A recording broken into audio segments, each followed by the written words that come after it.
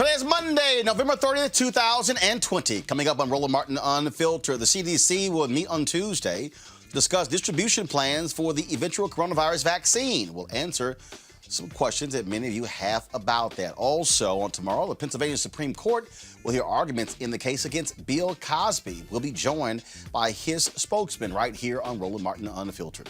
The Georgia runoff election continues to bring out the worst in the Republican candidates. We'll tell you about the latest attack by Senator David Perdue on Jon Ossoff. And also, Kelly Loeffler puts out an ad featuring a black woman touting her credentials, but they never tell you that she's a paid Republican consultant.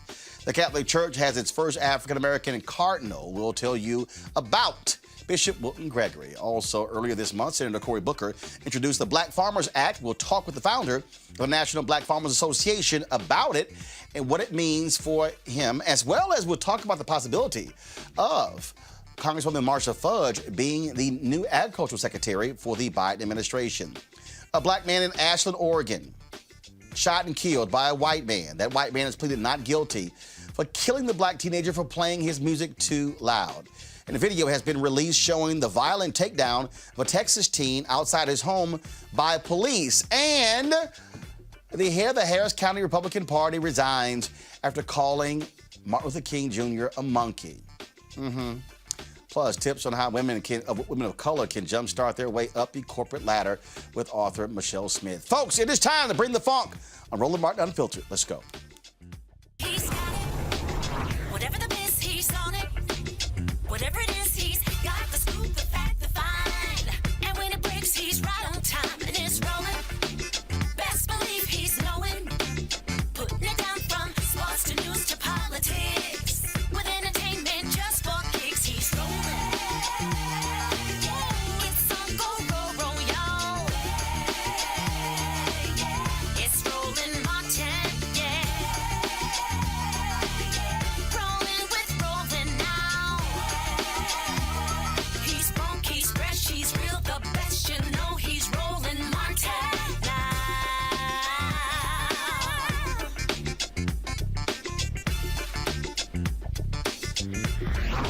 Martin!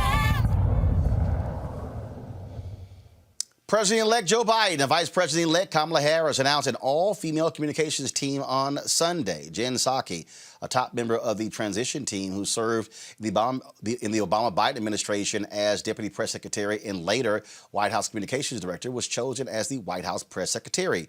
Kate Bedingfield, who was Deputy Biden-Harris Campaign Manager, will be White House Communications Director. Simone Sanders, one of the most prominent faces of the Biden campaign, will be a senior advisor and chief spokeswoman for Vice President Kamala Harris. The team also includes Elizabeth Alexander, a senior advisor to the Biden-Harris campaign, who will be the First Lady Jill Biden's communications director.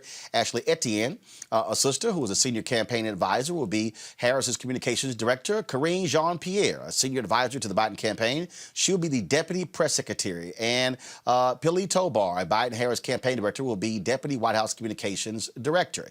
Now, in addition to these announcements, the economic announcements was made today. Janet Yellen was officially named to be the Treasury Secretary. We're going to explain to you some of the other big announcements, and here's what Biden had to say.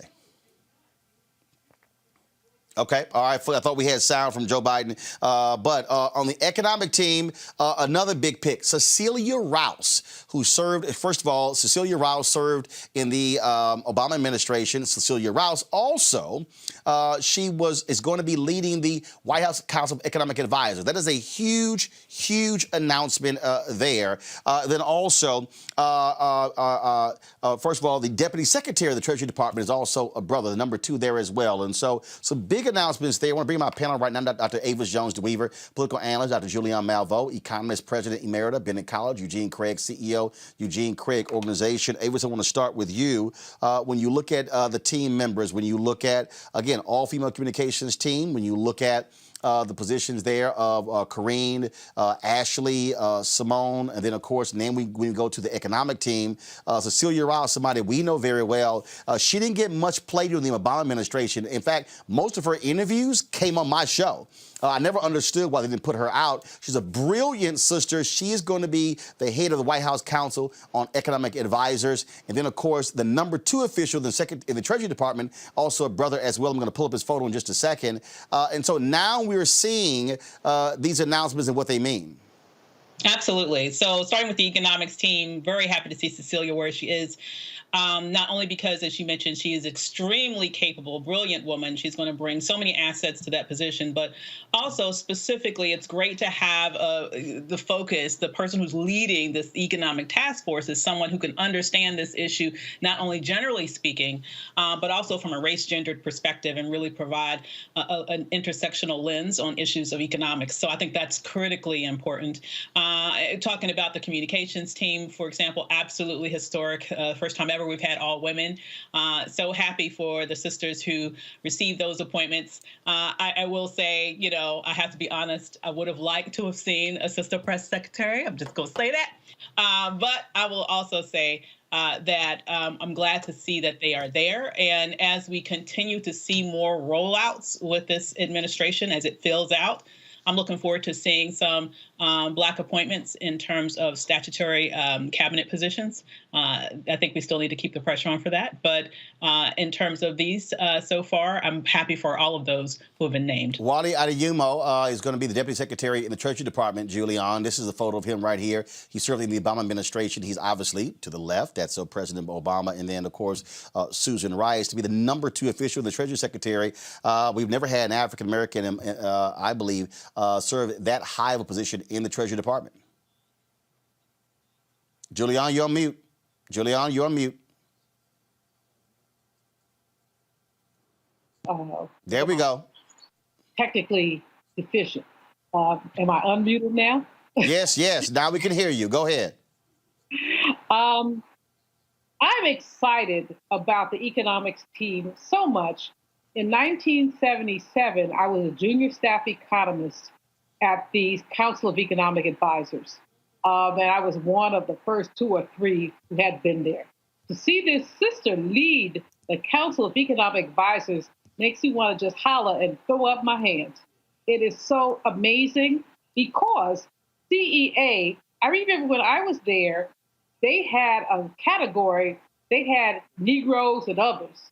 And I had to fuss and fight to say, y'all have to just do something about this. And they did.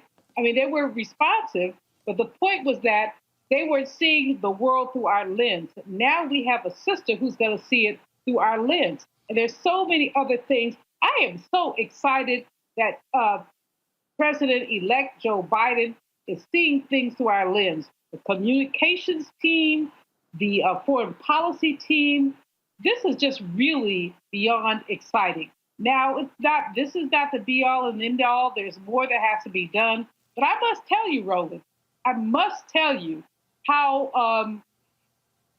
I can't even put words into it, how excited I am about this and how hopeful I am that the economic lens begins to have what a friend of mine, Dr. Rhonda Sharp, says is a disaggregation.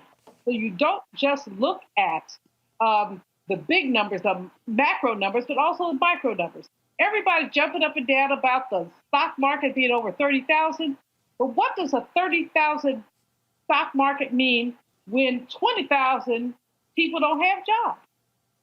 20 million, not 20,000. 20 million people don't have jobs. So this is an exciting moment for economics, and it's an exciting moment for me and for other Black women economists who are just looking at this and saying, my. Look, huge news there. And again, Eugene, for the people who think I'm just joking here, again, if y'all go to YouTube, if you pull videos of Cecilia Rouse when she served in the Obama administration, it was very rare that they put her out. Christine Romer, Austin Goolsbee, they got more attention. And in fact, I used to often ask the Obama administration, I said, send me somebody Black talk economics. They sent me a brother who was the assistant secretary in HUD. I was like, wait, seriously? I'm at Congressional Black Caucus Foundation. Foundation, Ron Kirk, who's a trade representative, he tells me, Roland, you got to meet this bad sister, Cecilia Rouse. He said, she's one of the White House Council of Economic Advisors. I said, which White House? He said, this one. He said, this one. I said, dude, I have been asking them to send me somebody black to talk about the economy on, then I had Washington Watch on TV1, and also I had Tom Joyner. And I was like, y'all, I said, hold up. She's been there 9 months? He's like, yeah, this was September 2009. Immediately got her on the show. This is some of the video right here. Got her on the show.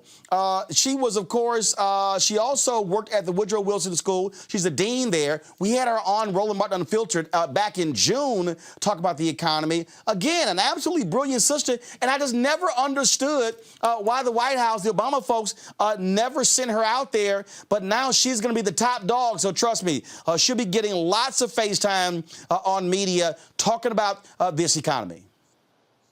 And it's really important, Roland. Hold on, Eugene. I'll come back. Go ahead, Eugene. Yeah, I agree, and I think her time has now come, right? And I think we have to give the team Biden the credit for being intentional about making sure that their Council of Economic Advisors, their press team, reflects America. When you have these all-white press teams or these largely white Council of Economic Advisors. Black America and brown America largely gets out. Black media, gets lost in the shuffle. But when you have, when you're intentional about your personnel being policy, that sets the tone from the outset. And this amazing lady heading up the Council of Economic Advisors, you can probably put sure bets that, Black America definitely has a seat at the table that probably we did not have before. And just in case people need to understand, Avis, we're also hearing now that four-star retired General Lloyd Austin, y'all, this is him right here on Roland Martin Unfiltered a few months ago. He is one of the top names being considered for the Secretary of Defense under the Biden administration as well. There's also an African-American, and I'm going to pull him up in a second, who is being considered to be the head of the CIA. And so, again, what you're seeing is there's amazing talent out there. It's just unfortunately too often they never got tapped. And so I think this is certainly good news here. It is good news, but I think we need to put the pressure on and keep the pressure on. That. Oh yeah. Oh no. The pressure ain't going nowhere.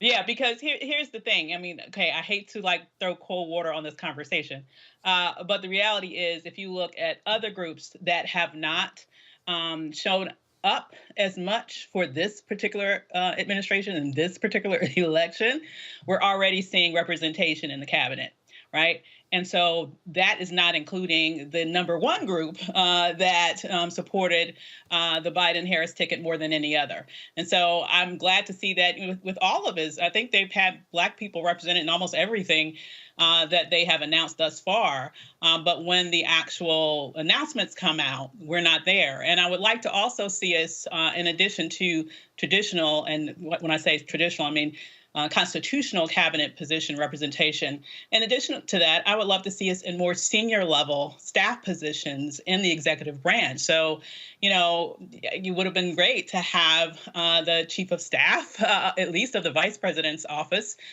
be a Black woman. So it is those things, that I think are very important. Not only these positions that everybody knows about, but high-level staffers are also a very important part of the power equation, and we need to make sure that we are represented at that level as well. Absolutely. Bottom line, Julianne, Black people, Black women turn out the highest rate than anybody else. Black men were number 2. So Black people turned out at a higher rate for Joe Biden and Kamala Harris than anybody else. And so, yeah, there has to be a return on that investment when it comes to appointments, not only the top level appointments, but senior level positions and junior level positions as well.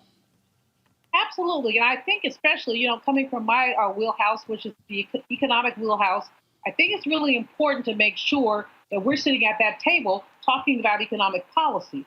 I also think, as Avis says, we have to go down the ladder to see who else is there. But more importantly, or most importantly, what I think is that we need to make sure that as we move ahead, we have an inclusive cabinet, an inclusive staff wheelhouse, something that's extremely inclusive. I think that Biden is there almost, but I don't think he's all the way there. And I think there are a whole lot of holes that can be plugged up that we have to be very vigilant about as this president-elect moves forward in filling up his staff.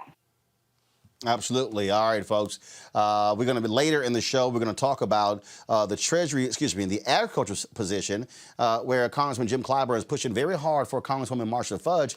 We're going to explain to you how really, really, really important that position is, because it's not all about farmers, and we're going to explain to you that was the case. All right, folks, let's talk about COVID. Vaccination plans are underway at drug developers Pfizer and Moderna. Pfizer's already making air deliveries of their vaccine, so injections can start immediately if it receives approval from the FDA. Moderna had plans to apply today for authorization of the COVID-19 vaccine. This is certainly good news in light of the fact that the coronavirus crisis continued to reach new heights over the Thanksgiving Day holiday. Average daily caseloads show no sign of declining across much of the country. 16 states, including Arizona, California, Michigan, Nevada, New Jersey, and Ohio, saw their average daily case counts hit all-time highs on Thursday and Friday. Now, here are 13.4 million total cases of COVID, folks. At least 267,000 people have died from the virus. These numbers are going up. We are seeing states impose new standards when it comes to closures, when it comes to schools, because of what's going on. And then you have the people out there who are fighting this left and right. Pull up this graphic before I go, Dr. Ebony Hilton. I want to show y'all this here. A woman tweeted this out, and this just shows you, y'all, the kind of nonsense that you see out here with these people. I came across this particular tweet, and it gives you an indication of what happens when you have these stuck on stupid people. And yes, I'm going to call them stuck on stupid, okay, because that's what they are, stuck on stupid. Look at this woman here, okay, Alice Willow. I don't know who needs to hear this, but this is a reminder. First of all, drop the lower third, please. This tweet was sent out on November 26th at 2:09 a.m. Let me go ahead and just increase this for y'all. I don't know who needs to hear this, but this is a reminder that I am willing to die for my religion. If I get COVID attending Mass, then I'll deal with it. But I'm not missing out on worshiping. You don't get to bar me from my religion because you're scared. Be mad, don't care. Y'all see that timestamp? 2:09 a.m. on Thanksgiving, November 26th.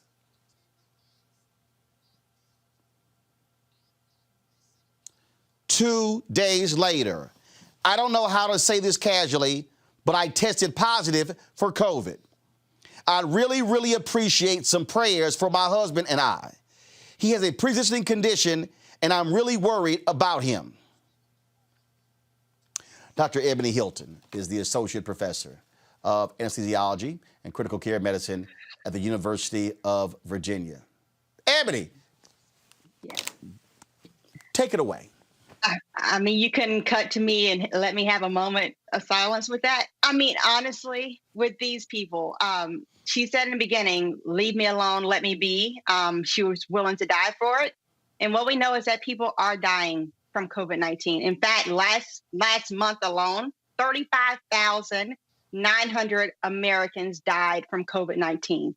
And what we know is if we're looking at modeling, by mid-January, 20,000 Americans will be dying every week.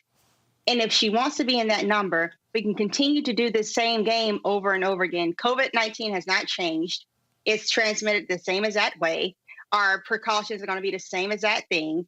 And it's very simple. So I don't understand why people are treating it as if it's oppressive for you to simply wear a mask, but it's not oppression. So we need to choose something different, a different struggle, because this is not the one. So check this out. Ice-T posted this on social media.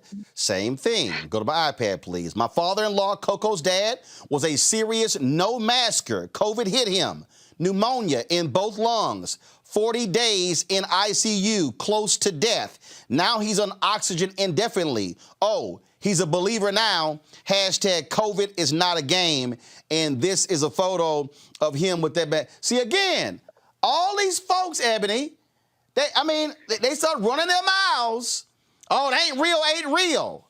And now, pneumonia, both lungs, almost died. Now it's like, oh, damn, this thing is real. Yeah, it's real. And right. And there's no turnout valve for this. What we know is that there's these groups of people who we call now long haulers, of where they're having symptoms, not for 1 or 2 weeks, what we typically see with viruses, but it's lasting months and months and months.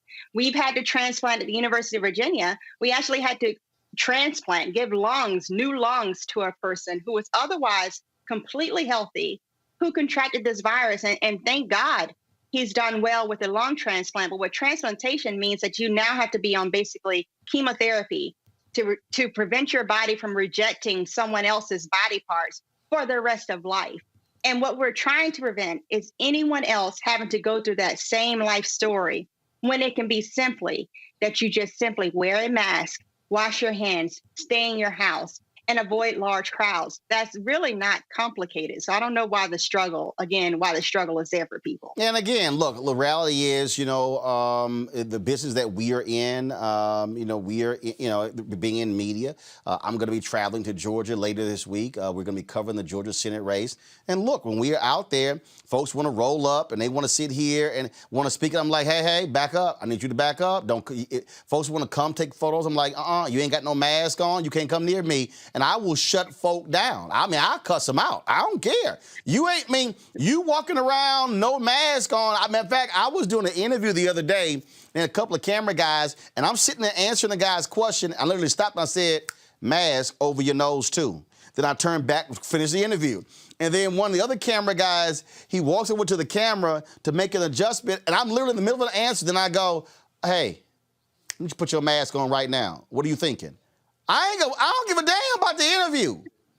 I will shut it down in the middle of an interview.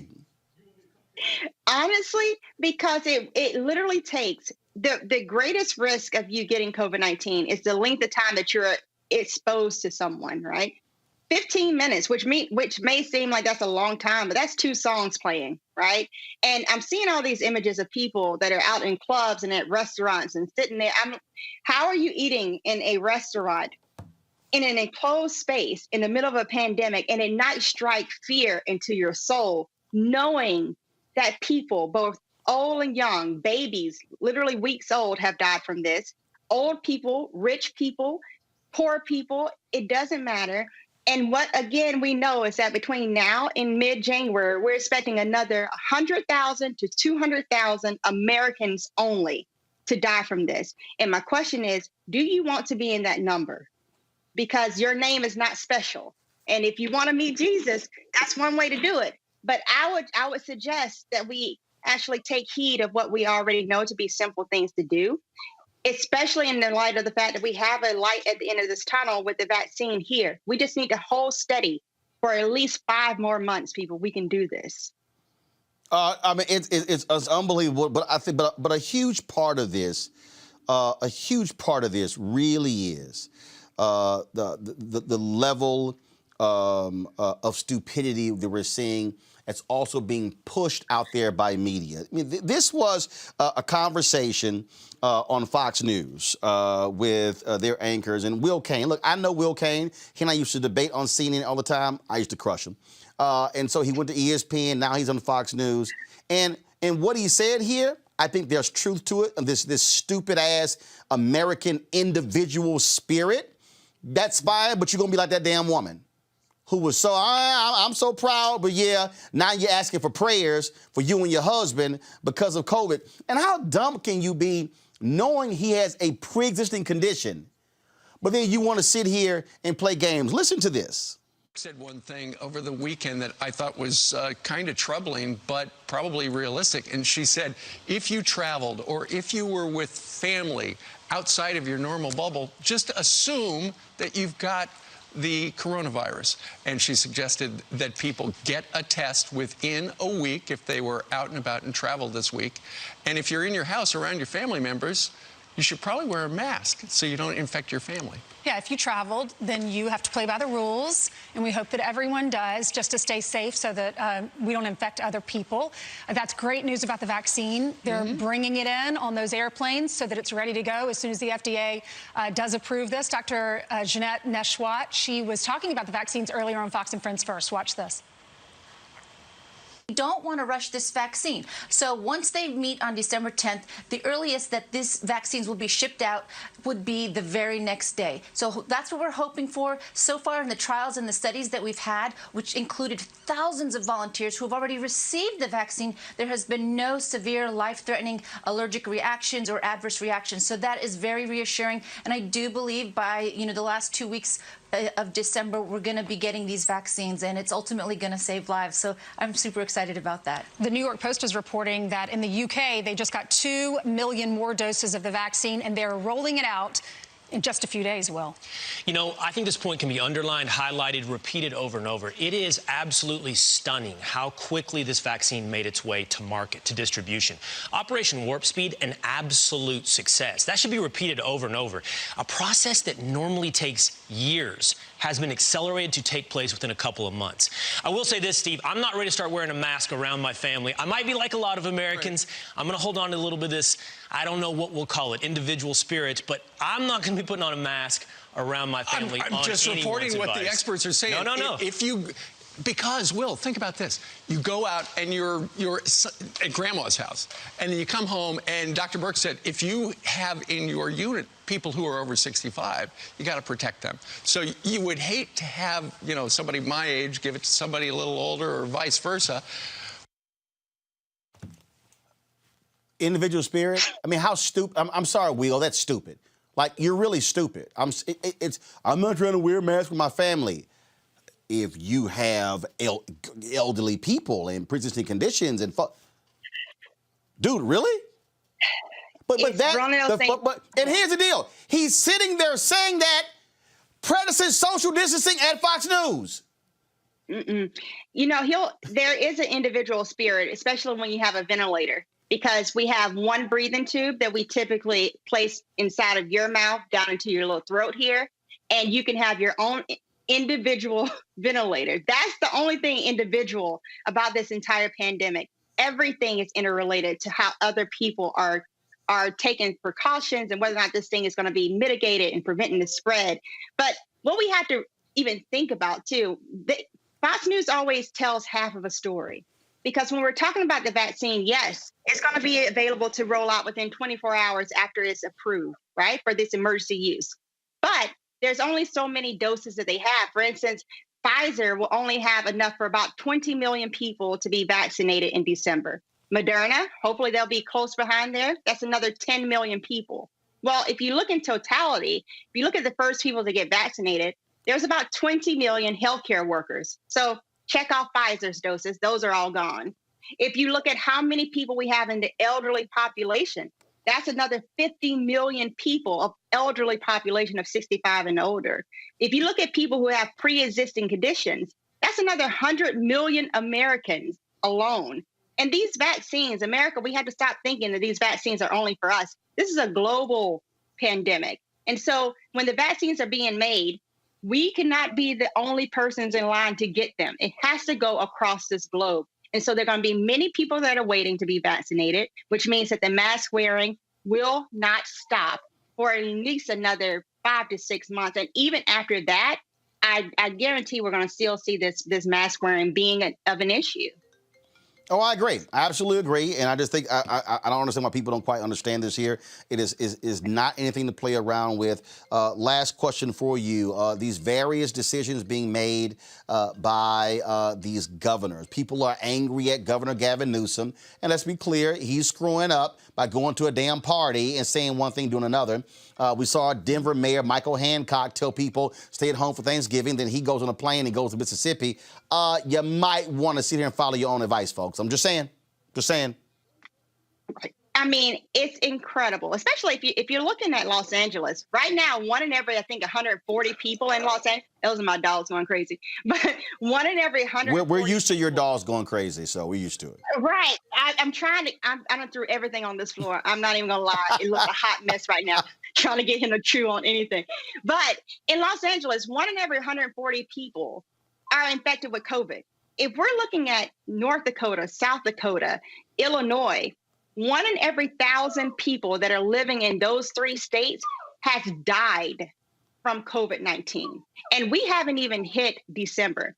Honestly, if we're looking at how many people have been traveling here of the last 4 days, 3.4 million Americans traveled for Thanksgiving. What do we think that's going to do when you're seeing this air traffic and the spreading of this virus literally from coast to coast? We are not ready for what we're going to see in December.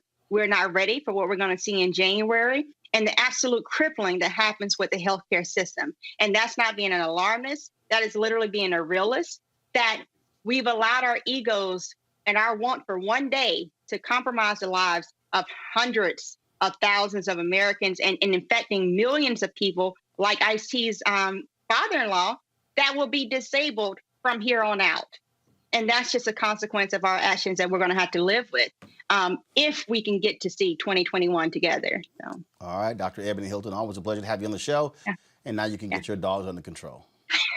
Right. Thank y'all. All right. Good. Y'all have a good one. I appreciate it. Thanks a bunch. Bottom line here, Avis, these people are stupid. I mean, I'm serious. And look, and there are some black people out there who are thinking the same thing. And there's, I ain't trying to put a mask on. Look, here's the deal. If you say, I'm cool with dying, go right ahead. Go right ahead. But don't sit there and talk all this trash and turn around, can y'all please say prayers for me and my husband? Because we got to, no. Yes, because you wanted that smoke 2 days ago, now your ass got it. Well, you know, be careful what you wish for.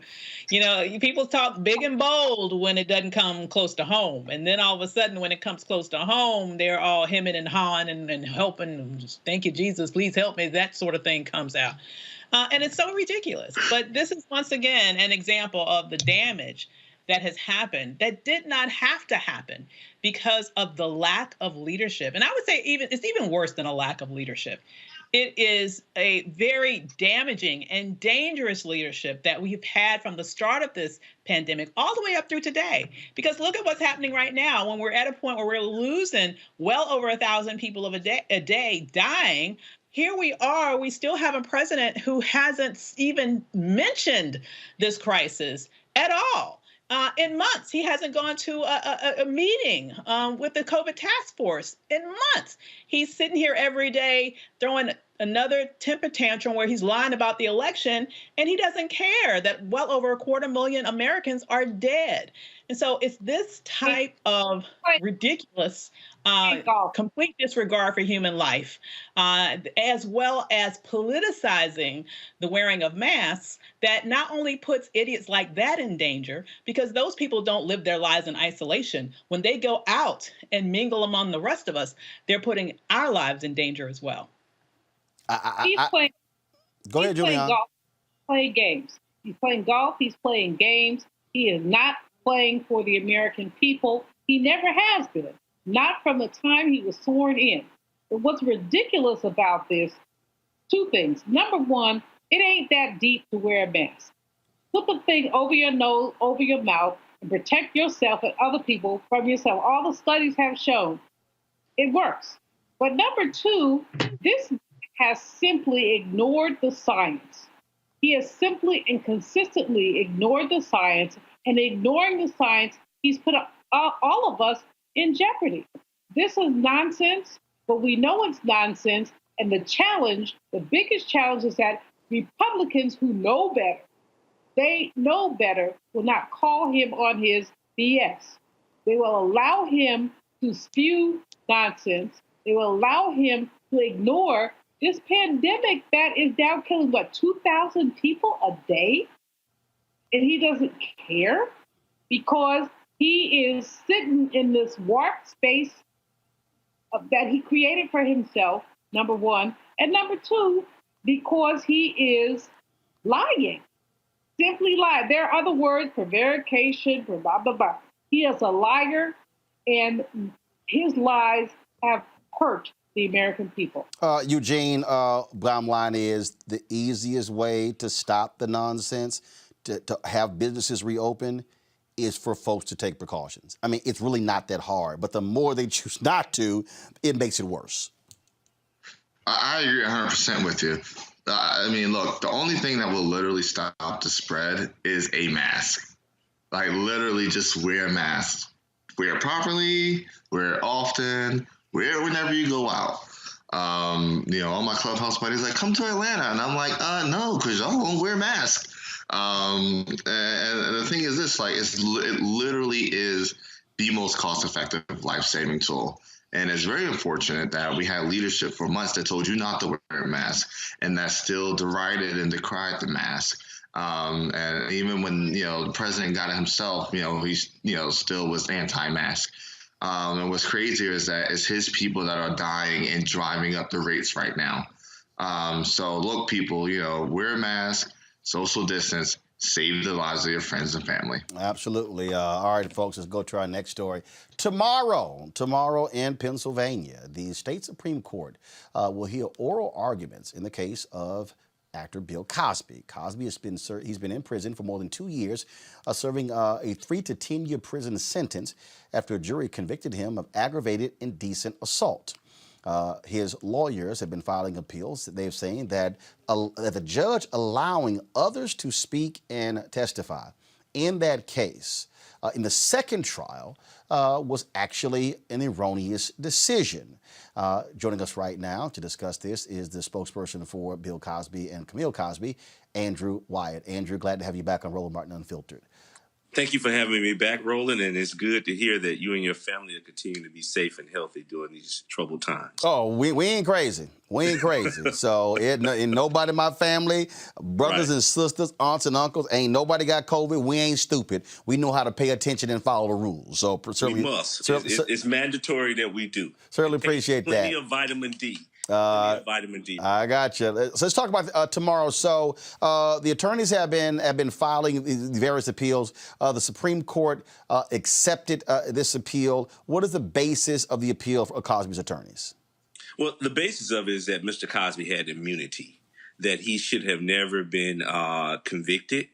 He should have never been brought to trial. So one of our strong key points that we're going to make in oral arguments, our attorney Jennifer Bunjean tomorrow, is that Mr. Cosby had immunity and his conviction should be vacated.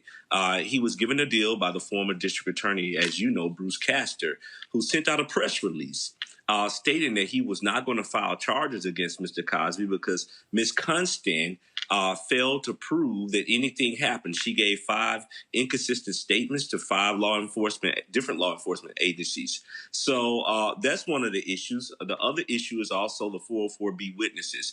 I think that this case got a lot of attention because of Bill Cosby and this murky law surrounding 404B. When should a jury hear about a person's past?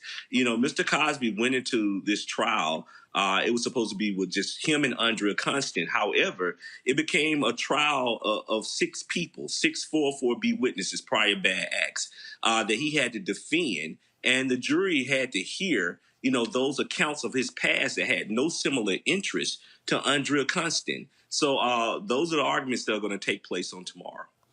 And when you talk about that immunity, when he was involved in the civil lawsuit, the district attorney said that he was not going to pursue the case, and then that's how Cosby's lawyers allowed him to testify in that civil case.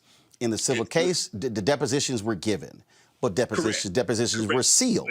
Now, those depositions were sealed, and then they were ostensibly leaked by a court reporter, and some have said that was done on purpose. And so then all of a sudden, the admissions of Cosby in the deposition were then used against him in the subsequent criminal case. And when you talk about that DA saying he wasn't going to pursue charges, there also was an election, and the DA that actually did file charges ran saying, "You elect me, I'm going to indict Bill Cosby." Correct. Kevin Steele, the current DA, he ran a Willie Horton-style campaign ad saying, if you elect me, I will go after Cosby. Look, Mr. Cosby was given a deal. After the press release was sent out by the former DA, Bruce Castor, who said, I'm not bringing criminal charges, 19 days later, Andrea Constant filed a civil suit against Bill Cosby. He waived his Fifth Amendment rights, sat for a deposition for 4 days, never invoked his Fifth Amendment, thinking that he would never be charged. He settled out of court for $3.8 million for indecent assault, which is digital penetration of her, to never be brought to trial again. However, because of the sensationalizing of what took place in the accusations in the media, this district attorney used that opportunity to not only get elected by Mr. Cosby's name, but saying, if you elect me, I will go after him and bring him to justice. And that's why he's convicted today. But he should not be in prison today. And that's we're hoping that oral arguments will be shown to these 7 justices and they would do the right thing and vacate his sentence. And so tomorrow you're going to be, first of all, will the oral arguments, will there be folks in court? Is it going to be for the public to actually see on Zoom? Because I understand you're going to be with the folks with NNPA live streaming the proceedings? Yes, sir. The oral arguments will be shown live on YouTube. So all media and all public will be able to watch. Our attorneys will be doing it virtually because of COVID. No one will be allowed in a courtroom. So you can go to www.youtube.com/C/Supreme CT of PA official. And that would take you directly to oral arguments that would take place at 9:30 a.m. Eastern Standard Time. There are 3 oral arguments on the docket. We're up first, and we're assuming and guessing that this thing will last probably for about an hour. But we're just asking for people to tune in, the public, so they could hear the facts and the truth that they didn't get to hear from the media accounts, mainstream media, during the trial. All right, then. Andrew Wyatt, we surely appreciate it, man. Thank you so very much. Thank you so much, Roland, for having me. All right, folks, got to go to a break. We come back. We're going to talk about the Georgia Senate race. Senator David Perdue, why is he attacking John Ossoff for visiting a black-owned restaurant? And Kelly Loeffler puts out an ad featuring a black woman. They don't tell you, though, that she's actually a paid Republican consultant. All of that next on Roland Martin Unfiltered. You cannot fulfill your life if you're not willing to engage in the tactics and strategies that makes your own life grow and helps you to build the community in which you want to live. Voting is a singular method for a people locally and regionally to govern themselves. It's so important to have Senator Loeffler in the Senate, especially right now. What we need more than ever is a business mind. We need someone who understands how to not only write paychecks and sign paychecks, but what it feels like waiting on that paycheck. Kelly Loeffler, a fearless advocate for school choice, growing opportunities for minority businesses, and a comprehensive health care plan for all Georgians. This is the fight for the soul of the country. I'm Kelly Loeffler. I approve this message. All right, y'all, that ad there was dropped today by the Loeffler campaign. And the black woman you see in that ad, her name is Janelle King. What they don't say in the ad is that she actually was a number 2 with the Georgia Republican Party, has been a paid consultant for the Republican Party. So they're presenting it like, oh, there's this black businesswoman who is sitting here, touting for Kelly Loeffler. No, she's a paid Republican operative. This race is utterly hilarious when you see, what has been going on here. Now, here's the deal, okay? Y'all really want to laugh? So in that ad, Janelle King, who we've had here in Roland Martin Unfiltered, when she was touting Trump and left with him. So what was hilarious to me, in that particular ad, they were touting Kelly Loeffler supporting minority businesses. Except the problem with that, it's not like she really is. In fact, I I actually went to Kelly Loeffler's website. And you know what? I'm just going to go ahead and pull it up right now just to show y'all, okay? To show y'all how much of a joke this is. Because for her to say that she's supporting minority businesses. So I figured, you know what? I want to go to her campaign website and actually see what her particular plan is. And so, so here we go. All right, let me close this here. Y'all go to my iPad. So this is the Kelly Loeffler website. Conservative businesswoman, political outsider. Stop it. Okay, so let's go up here. Let's click issues. Here we go. Jobs in the economy. Fair trade, Second Amendment, life, military and veterans, ag and rural Georgia, sex trafficking, opioid epidemic, foreign policy, national security and illegal immigration, health care, taxes and the deficit. Okay, so maybe her minority business plan is under, no, go back to my iPad. It's under jobs in the economy. Julian, that's it. Her plan, this is her plan. It's a paragraph. That's it. I guess that's her minority business plan. There's jobs in the economy and she does nothing, but that's race specific. It lets you know that she does not know who she's trying to represent. Her attacks on Reverend Warnock, additionally, let us know that she does not know who she's trying to represent. This woman is a caricature of a businesswoman. She is a Barbie doll who married a rich man. And okay, I'm trying to be politically correct and clean. But at the end of the day, here's the bottom line. This woman sanctioned her own basketball team for wearing Black Lives Matter T-shirts, for raising up Breonna Taylor. She is a throwback to the antebellum age, but beyond that, in terms of the minority business, let's ask how many minority vendors are getting business from her basketball team. Let's ask how many minority businesses are taking or getting anything from SEC, the Securities and Exchange Commission, that her husband runs. We have this woman who is playing games and doing a winky dink with us, and to even indulge her in rationality plays a game on all of us. It's laughable, Eugene. It's laughable because in the ad, Janelle says, "Oh, she knows what it's like to wait on a check." No, she don't. Her husband heads the company that owns the New York Stock Exchange. The woman has put $50 million of her own money into the campaign. She's co-owner of the WNBA team. Yeah. She's the richest She's the richest person in the Senate. Sit your ass down. She ain't waiting on no damn check. And it's laughable for her to call herself a political outsider when there is no more of an insider's game than getting an appointment to the U.S. Senate. Political outsiders don't get appointed to U.S. Senate seats. Eugene, pay for that. Eugene, it's nonsense. It is nonsense. It is nonsense. And Janelle knows it's nonsense. You know, I on a regular basis laugh with Rob Patillo about like how his comment section is for people that know. And like how more recently, like folk like Janelle have disappeared from the comment section as we get further and further from the election.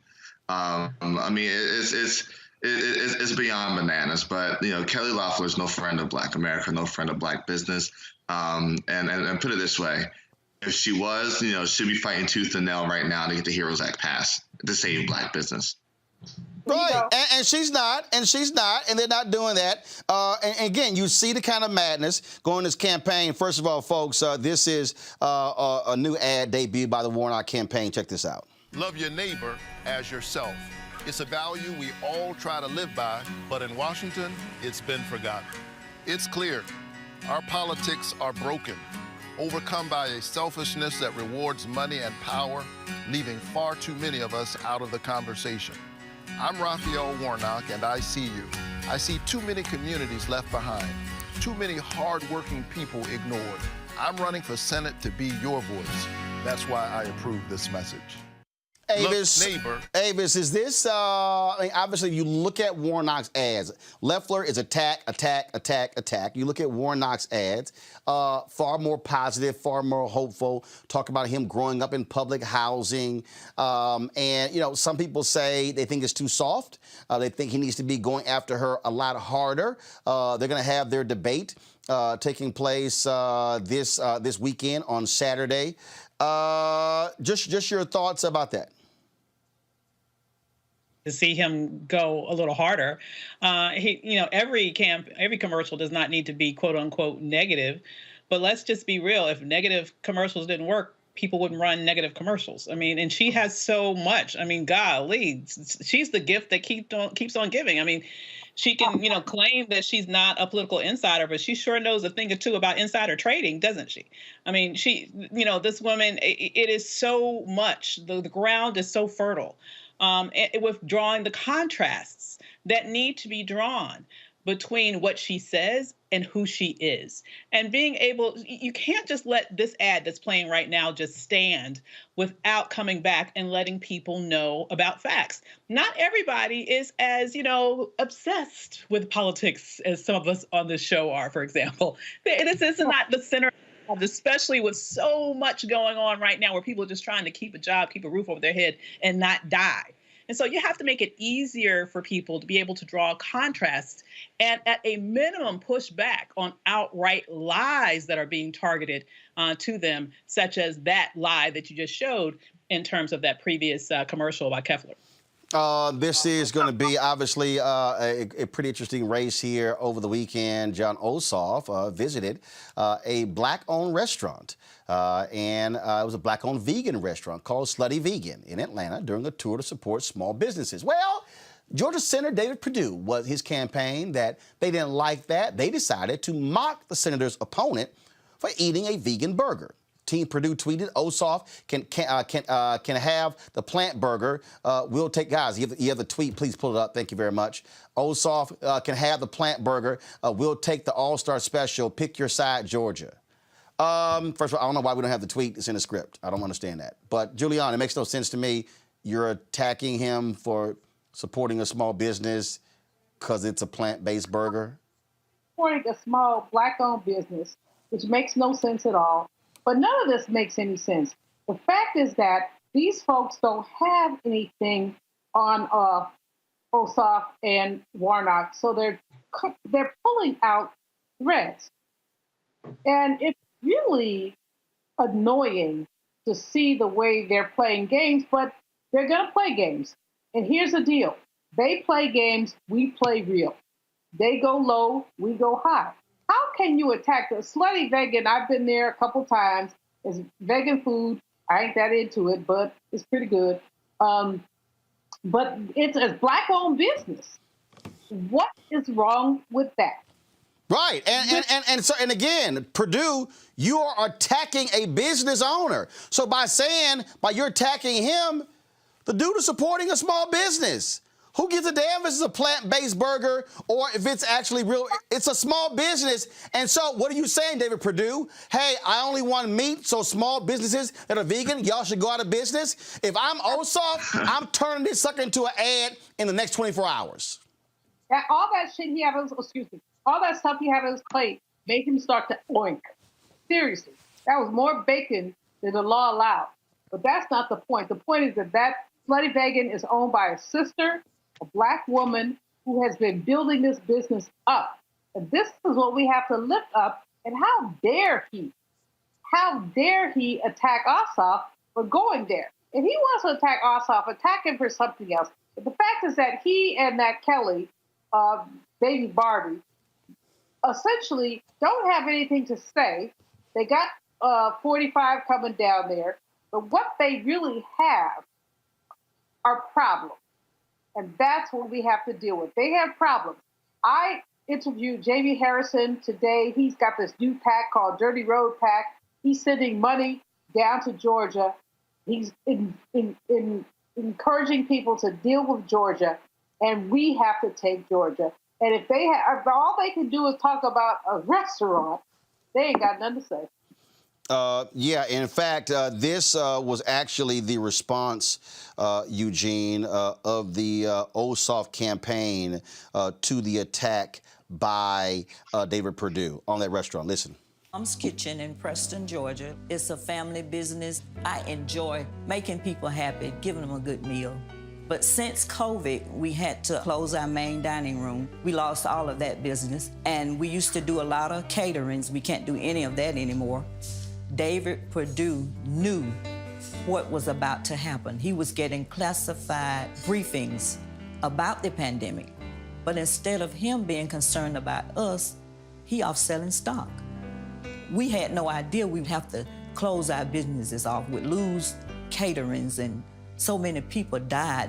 And then when we needed help the most, he fought against the stimulus checks and to cut unemployment insurance. Perdue needs to come out and Ossoff in. Early voting starts December 14th. You got to make a plan to vote. I'm John Ossoff, and I approve this message. Well, Eugene, that's how you hit back. That is exactly how you hit back.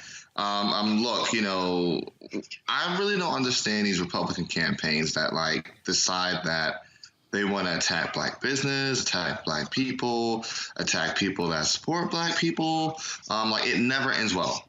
Literally never ends well. Anybody that's had Slutty Vegan knows that it's amazing. I had that one music festival last year in Atlanta. It's amazing, amazing. And I think that, Team Ossoff hitting back with this ad, with that small business owner, and making it the distinction between Perdue, who's wealthy and using his illegally using his insider knowledge to trade. And then, turning around and not doing what he needs to do to protect his constituents, and then want to ask them to rehire him. No, it's a no for me. And speaking of how the Republican Party operates, out of Texas, Keith Nielsen, the Harris County GOP chair, has resigned after spending 4 months on the job. Of course, he resigned after becoming engulfed in controversy that took place before becoming the chair. He filled the position in March, but as he was preparing to take office over the summer, he faced condemnation for posting a Facebook graphic juxtaposing a Martin Luther King quote with a banana.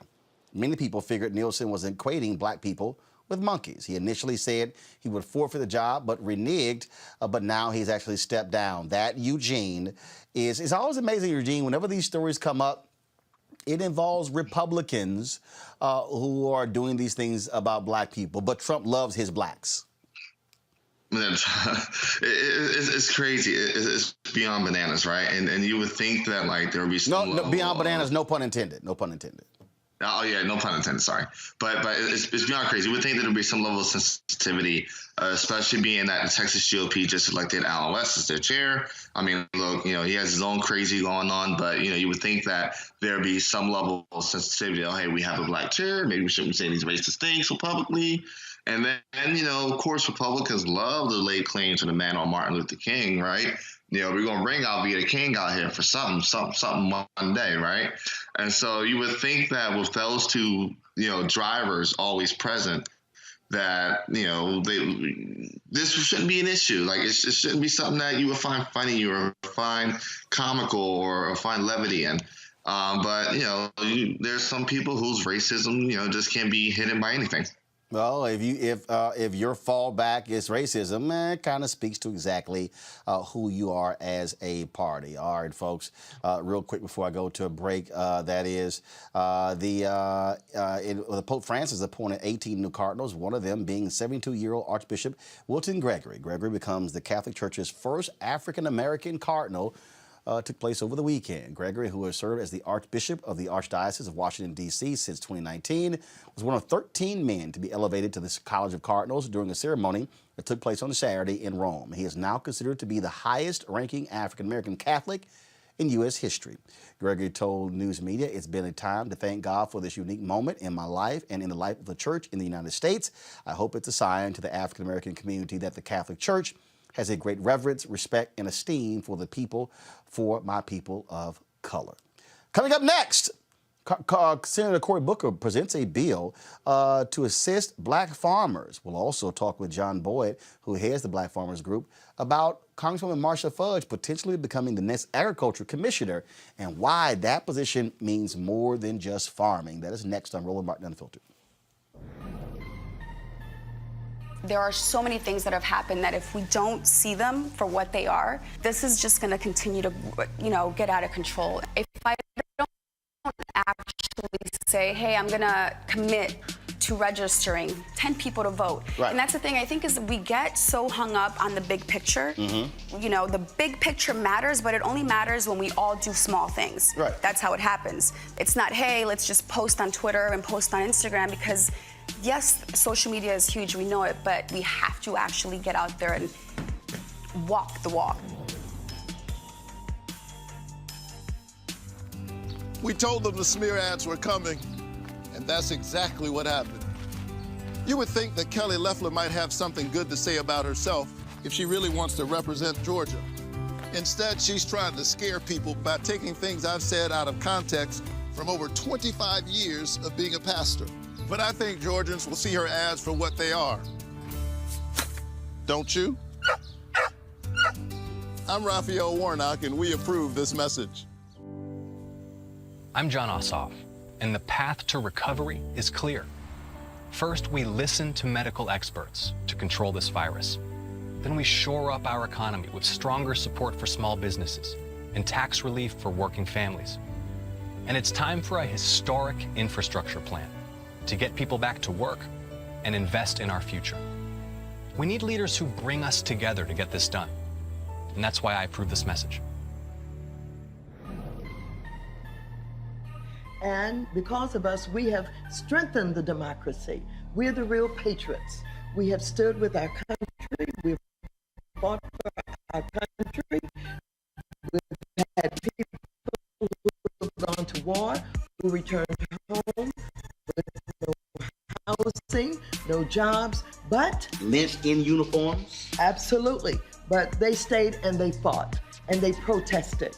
And the civil rights movement taught us how to protest, how to stick with it, and whether it's the civil rights movement or organized labor who protest today, often they are rallying, they're marching, and they're fighting, and they're up against some of the biggest corporations in America about, decent pay and decent benefits. It is because of protests that we've been able to make America better. We're the patriots who say we believe in this country and we believe that it can be about justice and equality for everybody.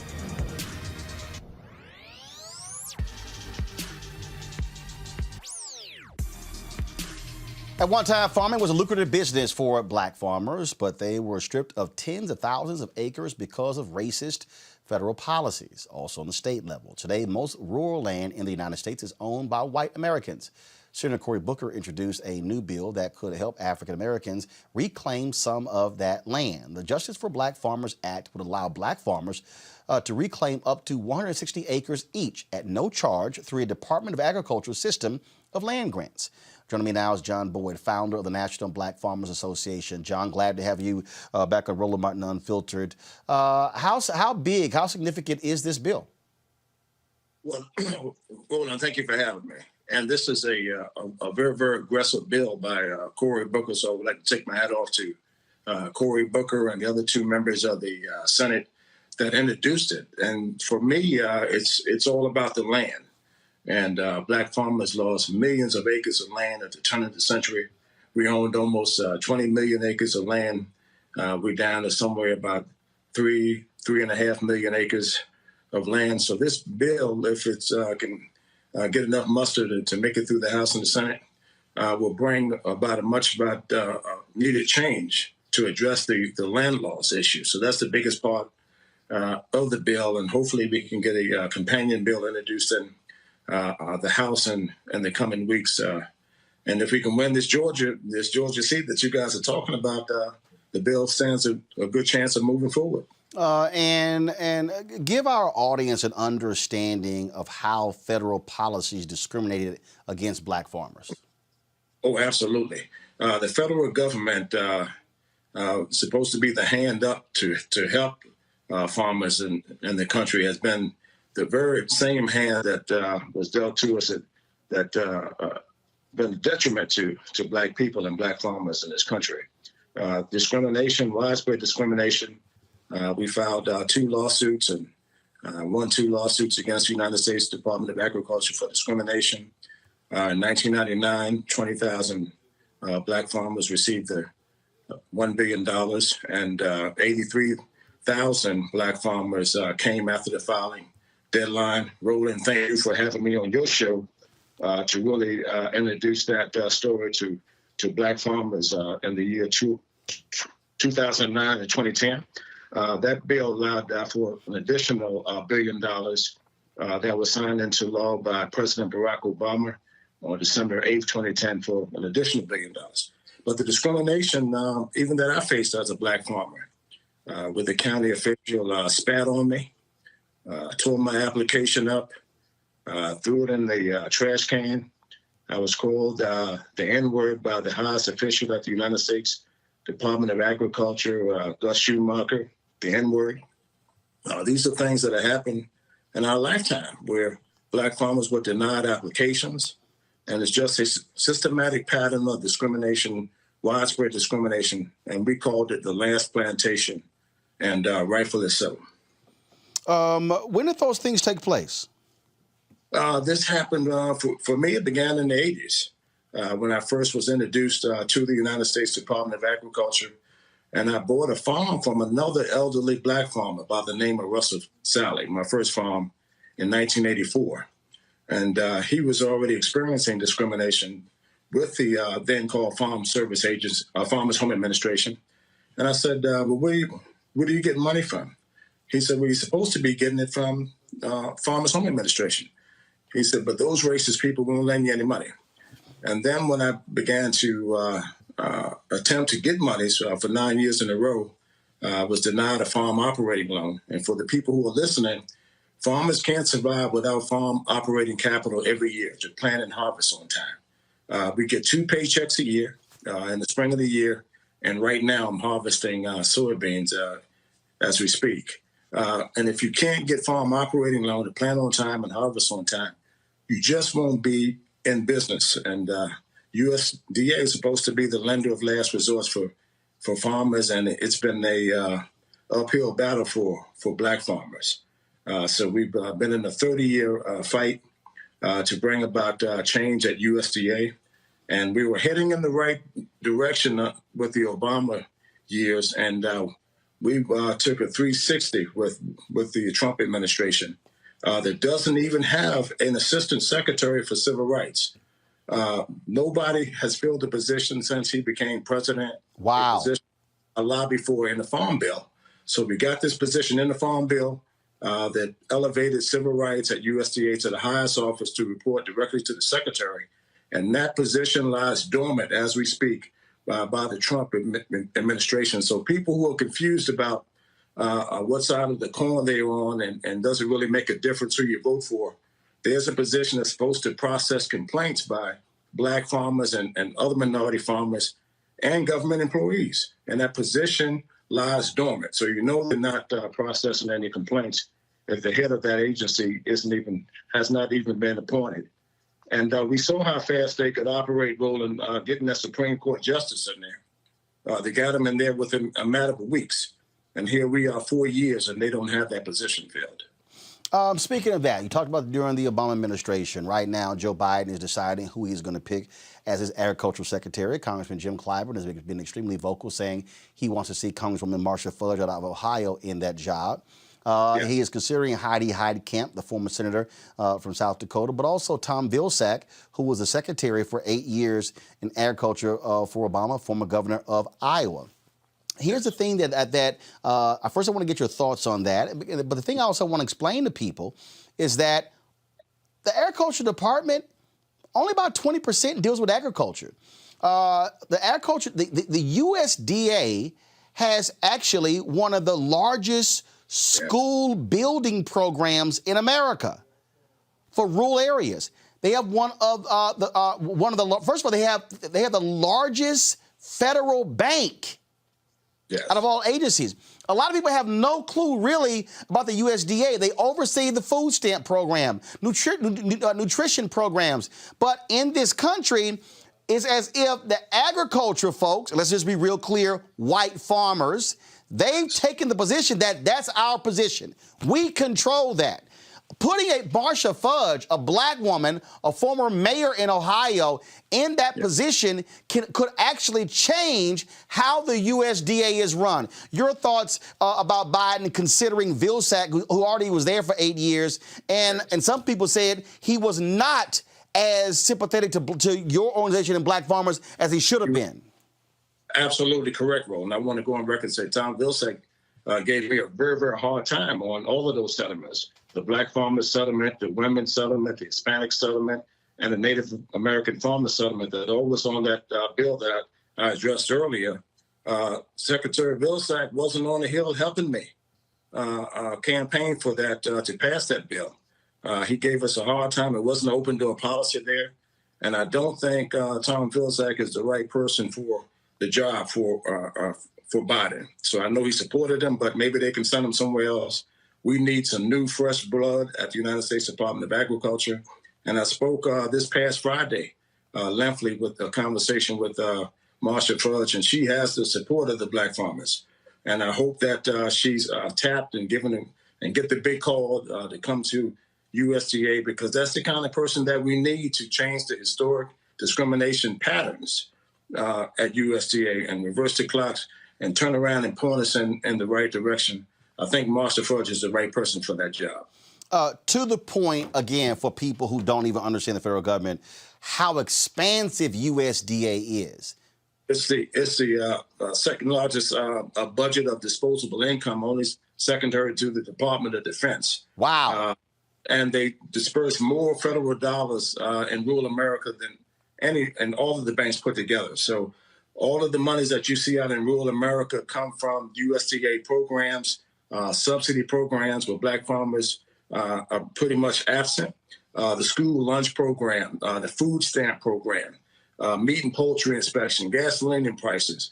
All of those things are regulated by the United States Department of Agriculture. It's a hidden gem in the government, but white people know all about it. They know how to use it, and they're getting these subsidies. The top 10% receive over $1 million a year in farm subsidies, Roland, of your taxpayers' money.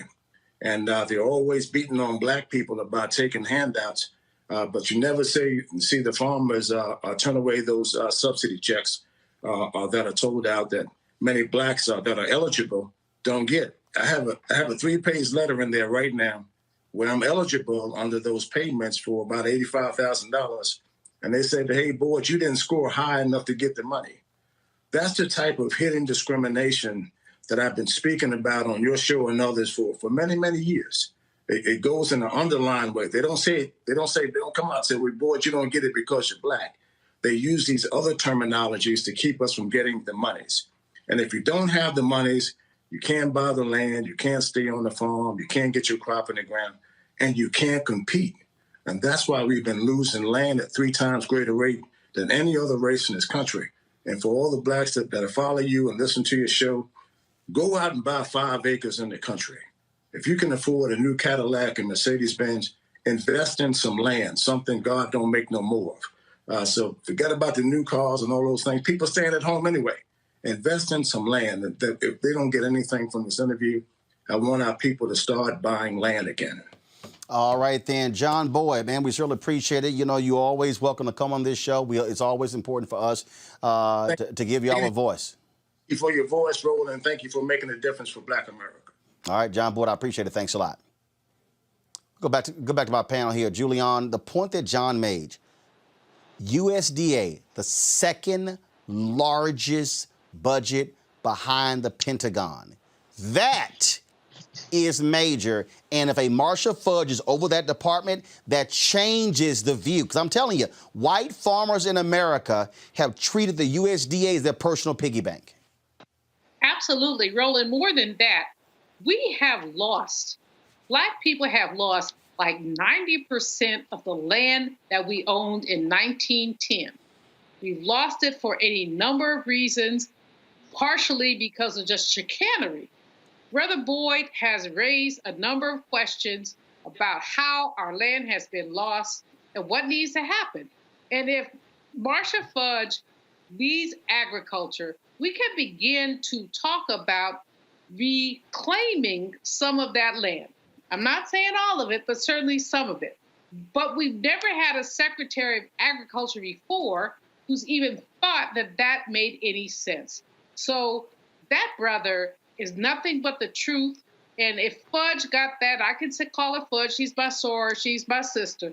So I can call her Congresswoman. I'll call her Fudge. If Fudge got that situation, I know that she would do some things to make sure that we began to repair the theft of Black land. Roland, when you look at the numbers, it would frighten you. The Emergency Land Fund looked at the ways the land has been taken from our people. And when we talk about the wealth gap, we have to talk about that. Bottom line is here, when we start breaking these things down here, Avis, for these positions, we really need to understand power. And that's why Congressman Clyburn has really been pushing Congresswoman Marcia Fudge for this position. And it could be a game changer. And I know, and see what happens is we for so many years it was always HUD or HHS, but really it was HUD that was the Black position. This is a power position. And so when you're talking about Heidi Heitkamp, who lost her U.S. Senate race, you're talking about Tom Vilsack out of Iowa, she's out of South Dakota. No. It's about time that that we get away from the ag secretary being somebody from Iowa or Georgia or one of those places. Completely agree. And, one of the most important points that was raised in their interview was the high level of discretionary funds that exists at the Department of Agriculture. That's huge because as it relates to most funding mechanisms in the federal government, it is a very strict sort of application, grant writing, vetting, like all these strings are tied to it. But because there is so much discretion there, you're exactly right that historically, this has specifically left our communities out while white farmers have just literally been balling off of these checks. And you look at what's happened most recently, specifically under this administration, when you've had Trump with his pseudo trade war with China, what he's actually done is just been writing checks after checks after checks. Billions of dollars. His trade war has increased the trade deficit. It has caused soybean farmers and dairy farmers to file for bankruptcy, and he's just been giving billions. Here y'all go, billions of dollars to them because of his dumbass trade war. Absolutely. That gives a completely new definition to welfare queen, right? Dumbass trade war. This man. But the thing is, hold on one second, Eugene. The problem here is that, to John's point, Republicans don't want to see farm subsidies as welfare. No, that's welfare. Absolutely. It's welfare in its worst form. Because more times than not, it's corporate welfare, which means it's corporatism. It's assistance that the average farmer probably won't even have access to, if we're being frank and honest about it. But these huge, corporate conglomerates can go knocking on the door and just get whatever they need. And it's sad to a degree. It's sad because, Trump didn't have to launch those trade wars. Just trying to satisfy his ego, and then the American taxpayers shouldn't have to foot the bill for Trump's trade wars. Absolutely. All right, folks, let's go to Ashland, Oregon, where a 47-year-old Richard Kagan has pleaded not guilty in the killing of 19-year-old Aiden Ellison. On November 23rd, around 4 a.m., Keegan and Ellison were both staying at the Statford Inn when Keegan confronted the teen for playing his music too loud in the hotel's parking lot. At some point, Keegan then opened fire and shot Ellison in the chest, killing him at the scene. Keegan has been charged with first-degree manslaughter, second-degree murder, unlawful possession of a weapon, and reckless endangerment. Folks, not only that story, check this one out. In Schertz, Texas, where officials have released video showing officers violently arresting a teen in front of his parents' home. According to the officers, on November 2nd, 18-year-old Zaki Rayford ran a red light and failed to pull over. He drove a mile to his parents' house, got out of the car with his hands up. He ran towards the house and started crying out for his dad as cops violently beat him. Rayford's parents said their son drove to their house instead of immediately pulling over because he wanted to get to a safe place. Take a look at the video captured from Rayford's parents' doorbell security camera.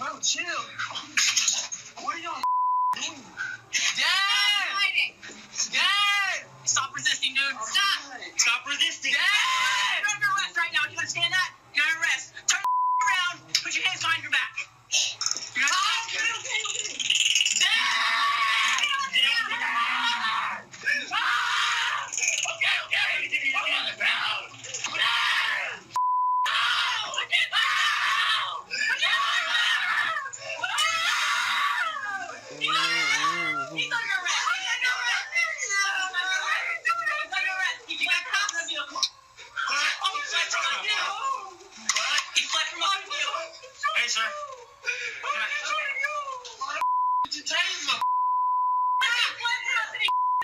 Okay? You understand that? Calm down. Everybody calm down. I'm sorry. Yes, I did take it. I did. Yes.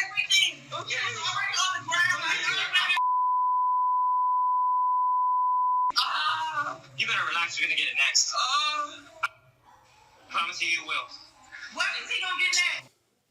You can hear in the video the male officer saying to Rayford's father, "You better relax or you're going to get it next. I promise you, you will."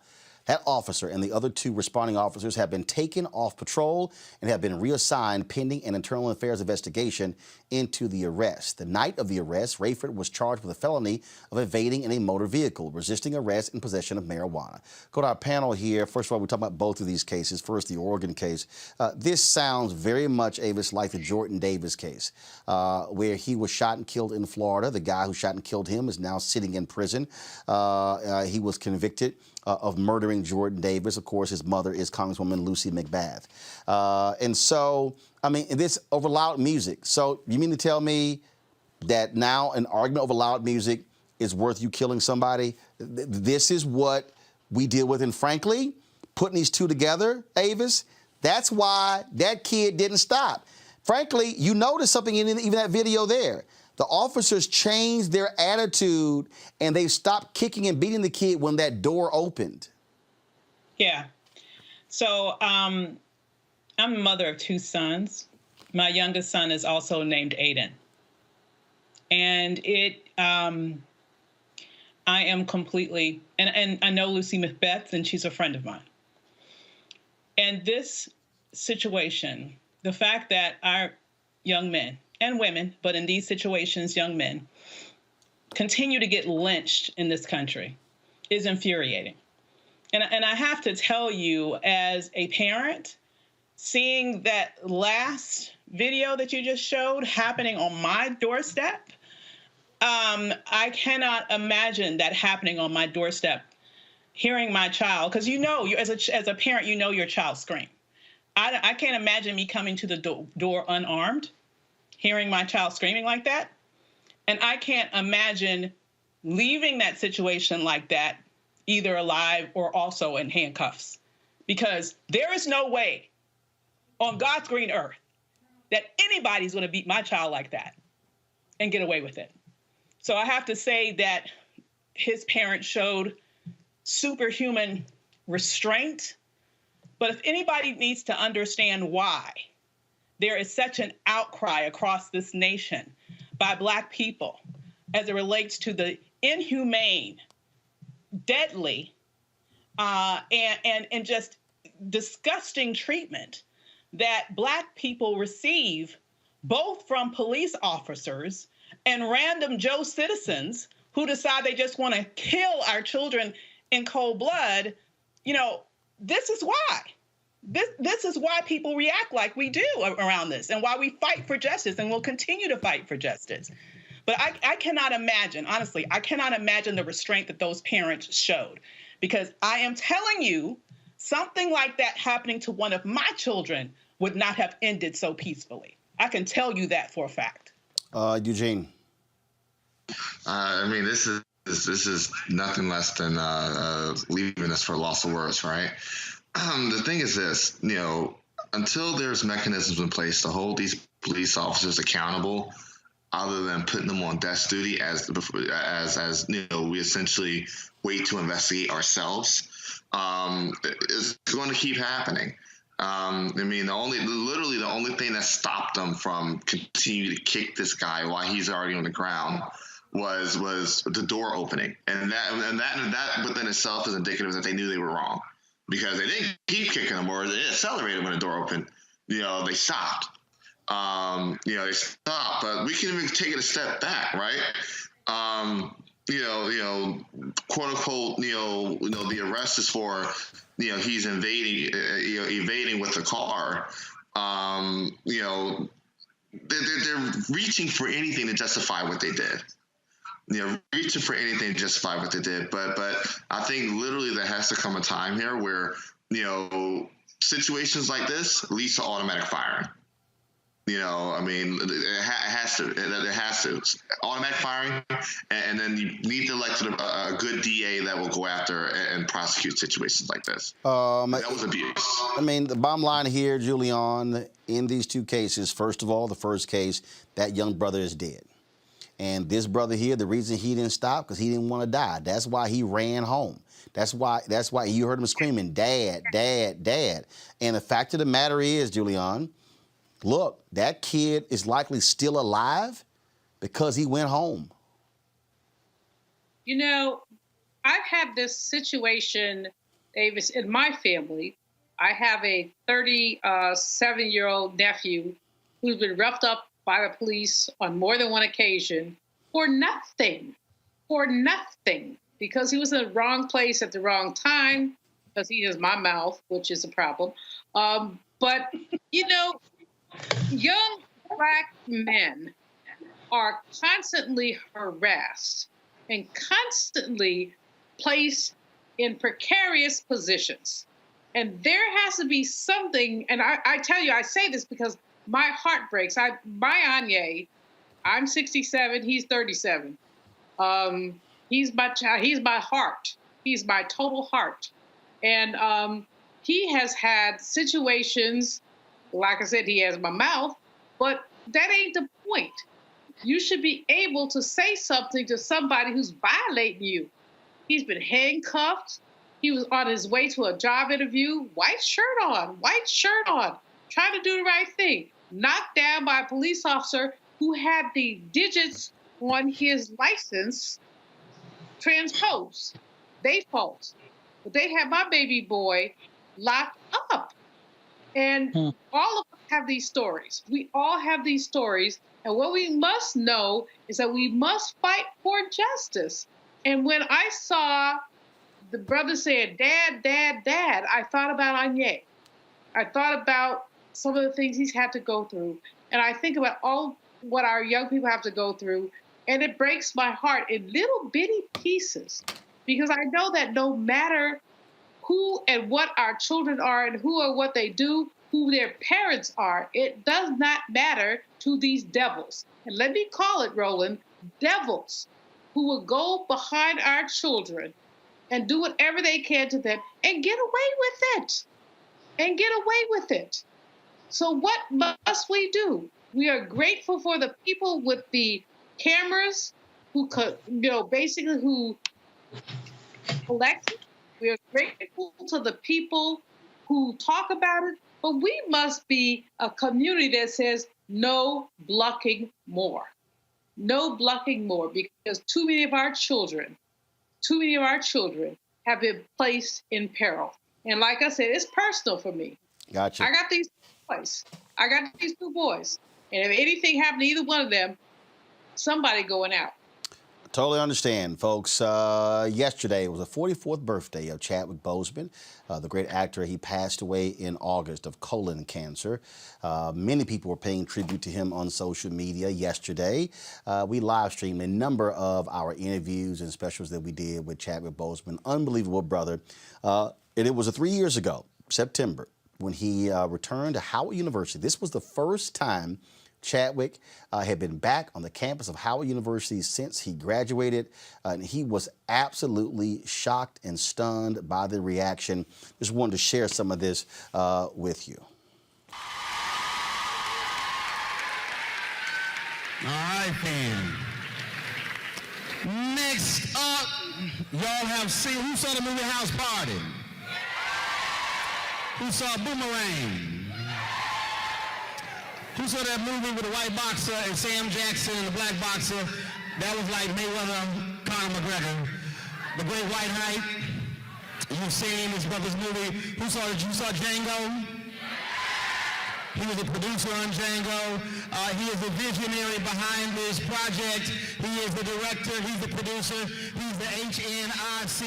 He is from St. Louis, graduate of Harvard.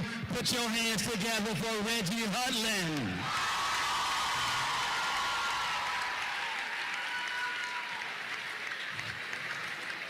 Come out with that Hollywood pimp walk.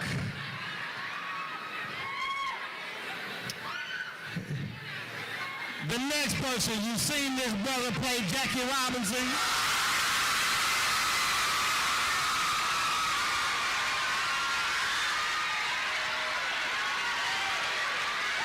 He'll be starring in the movie Black Panther.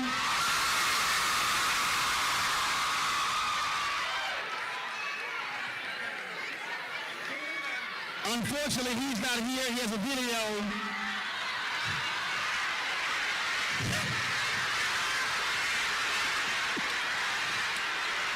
Chadwick Boseman!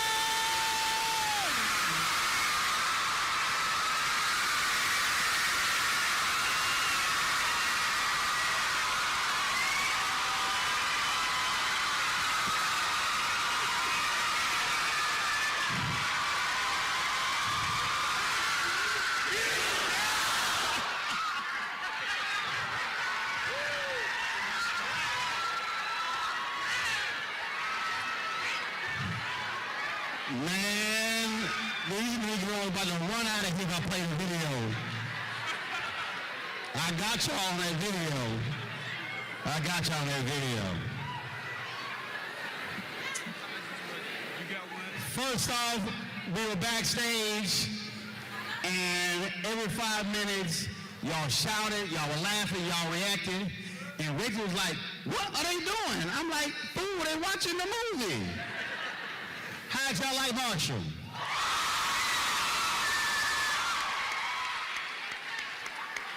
Reggie, I want to start with you. Is that the reaction you always dreamed of when you decided that you wanted to make this movie? First of all, thank you all for having us here.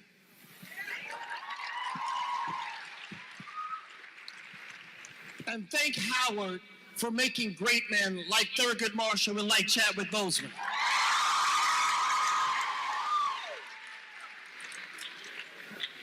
Who's going to follow in their footsteps?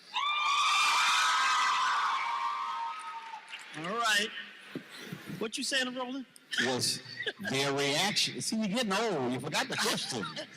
Look, Was that the reaction when you thought about this film, when you want to make this film, to visualize that type of response when those final credits rolled up, how they responded?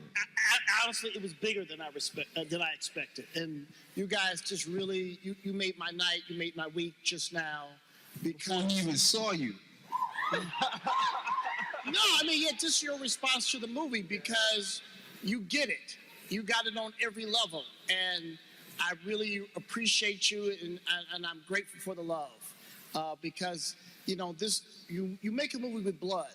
You know, you put your blood, sweat, and tears in it, and you put it out there, and you hope people respond to it the way you all did. So Look, as far as I'm concerned, I'm a success because of what just happened tonight. So thank you.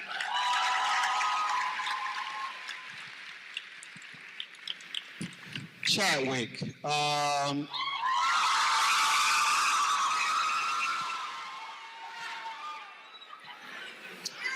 Rumor has it in the Barack Obama movie, you're going to play Barack Obama too.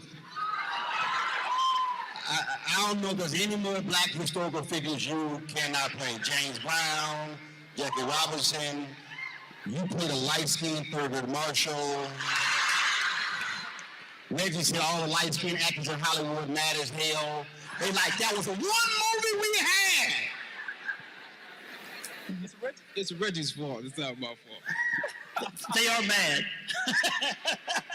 So, Taylor, talk about the fact that, again, if you take Jackie Robinson, you take James Brown, Thurgood Marshall is, and you'll be in Black Panther when he gets movies in 2018, but Thurgood Marshall is a real-life superhero. You know, I like to think about it in terms of how much work he had to do, especially at this time period in the NAACP, because he was the only attorney running around for them at that point. There wasn't a budget for, a staff of attorneys.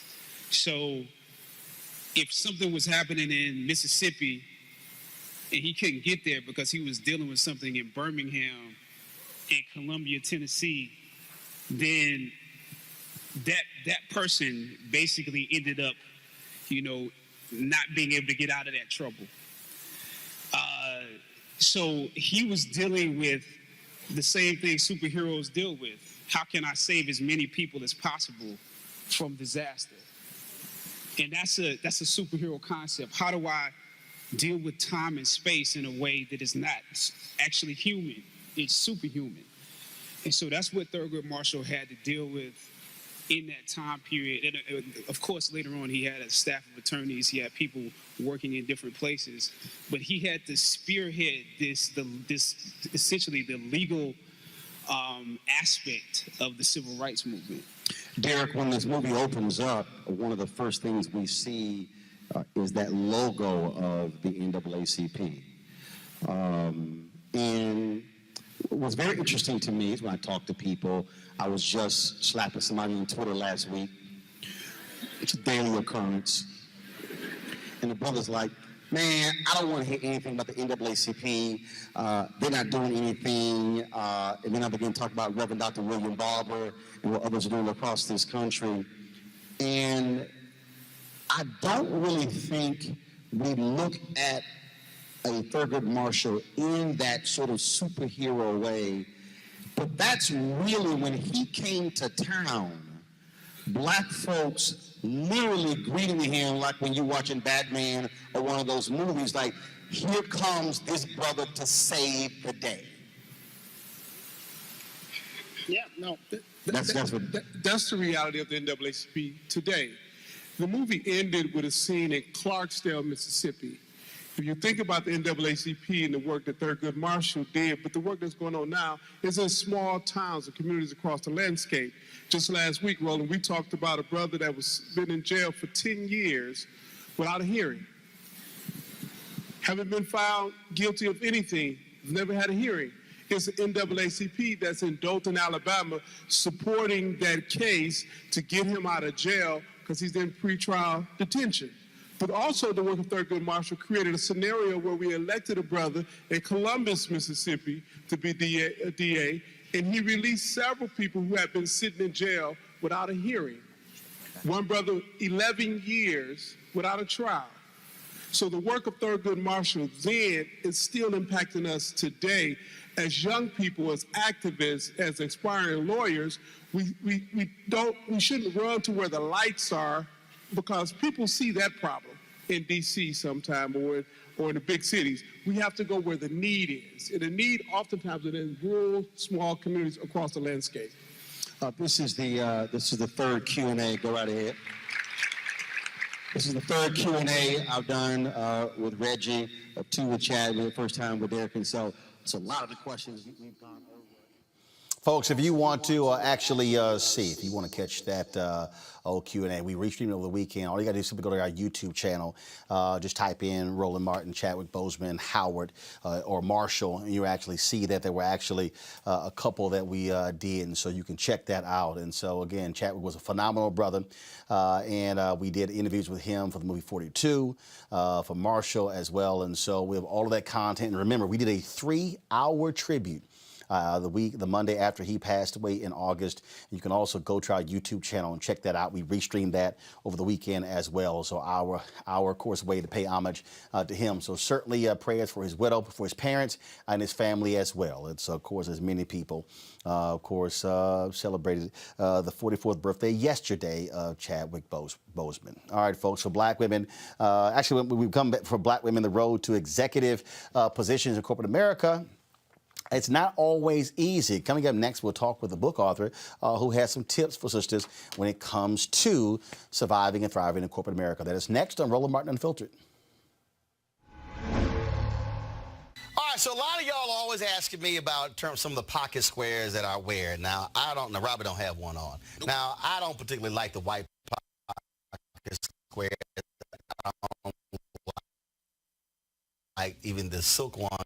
And so I was reading GQ magazine a number of years ago, and I saw this guy who had this pocket square here, and it looks like a flower.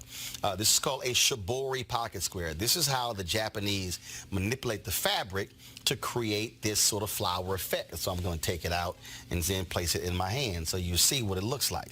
And I said, man, this is pretty cool. And so I tracked down, it took me a year to find a company that did it. And so they make these about 47 different colors. And so I love them because, again, as men, we don't have many accessories to wear, so we don't have many options. And so this is really a pretty cool pocket square. Now, what I love about this here is you saw when it's in the pocket, you know, it gives you that flower effect like that.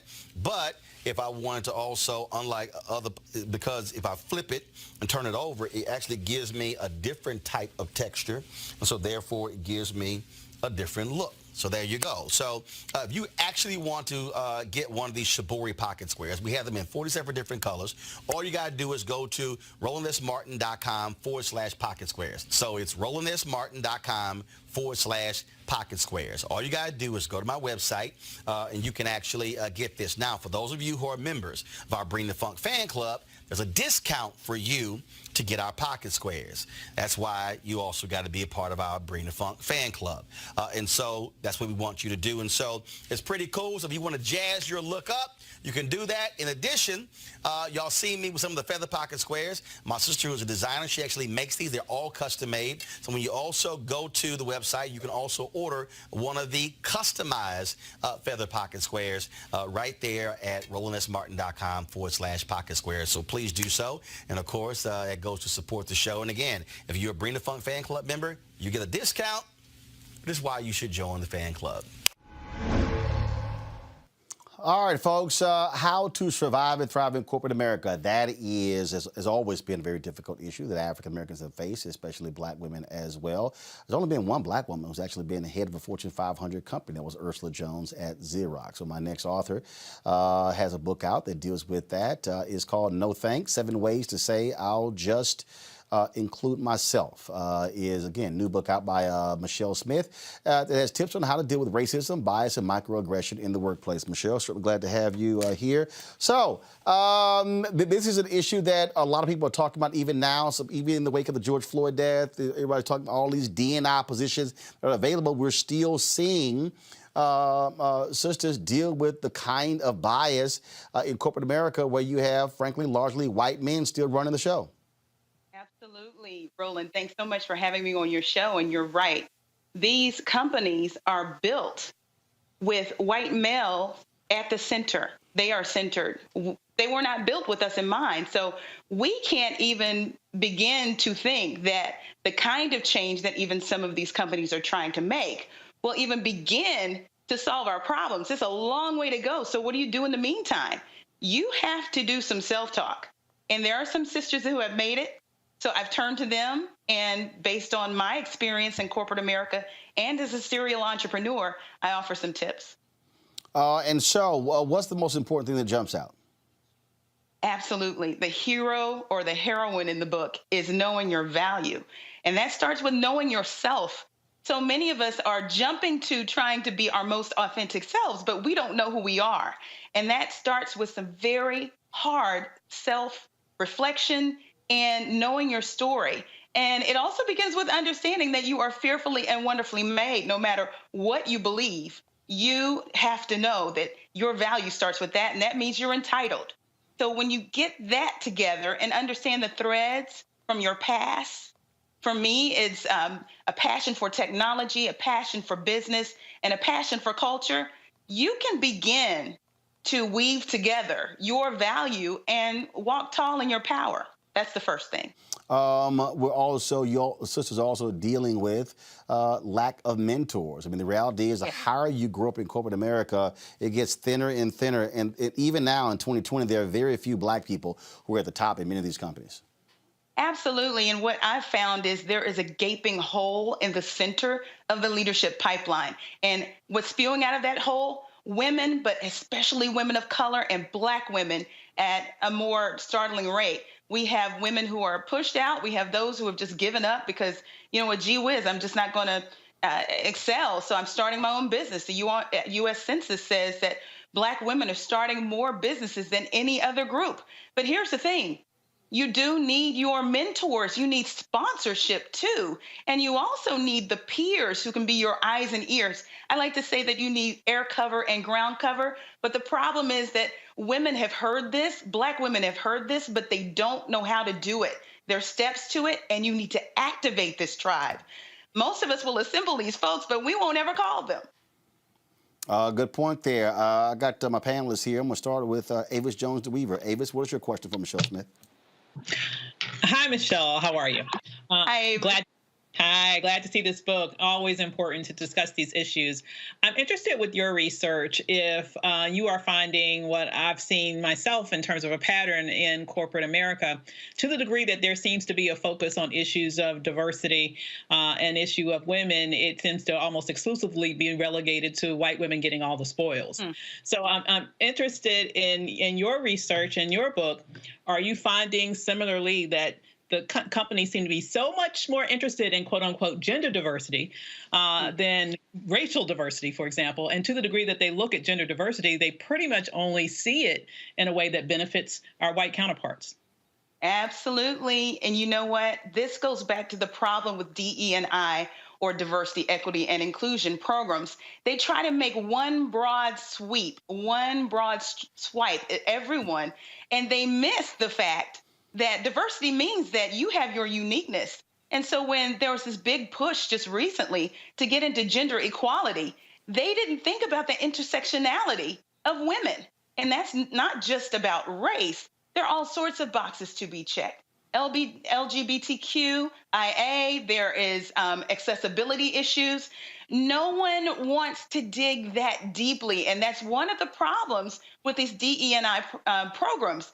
And then you have companies that try to separate gender equality from racial equality or their other diversity efforts when it came to culture, race, and ethnicity. And you know what? It just won't work like that.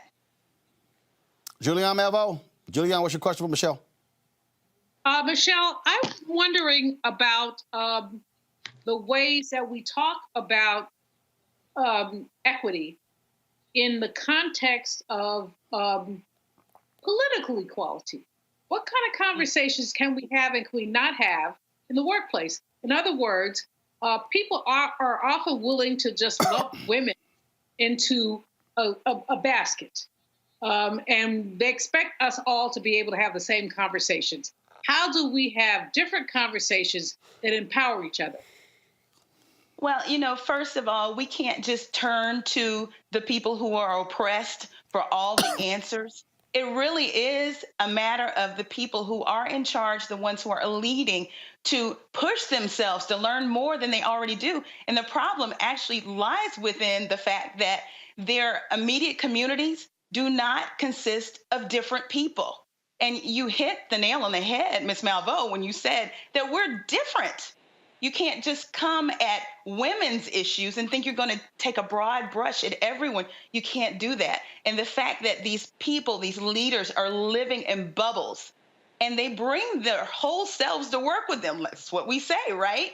They come to work with their experiences. And if their experiences are limited, they're going to act in limited ways and put policies in place that are very limited. And Craig. And I agree with you. You can't expect the press to have all the answers. So I guess my question is, how can Black men be an ally to Black women specifically in this space? I'm so glad you asked that. That's great. First of all, Black men need to understand there is a difference. And I think up until now that we've been lumped together just as Black folks. And I understand it. Many of us have some of the same cultural background, but you know what? Just like Black folks, period, we are not a monolith. So there are some gender-specific issues. We as double outsiders is what Catalyst called us, that we have as women that Black men can be on the lookout for. And I always like to say, when you see something, say something, because Black men actually do have this one little thing over us, and that's gender. And you can relate with white men in a way.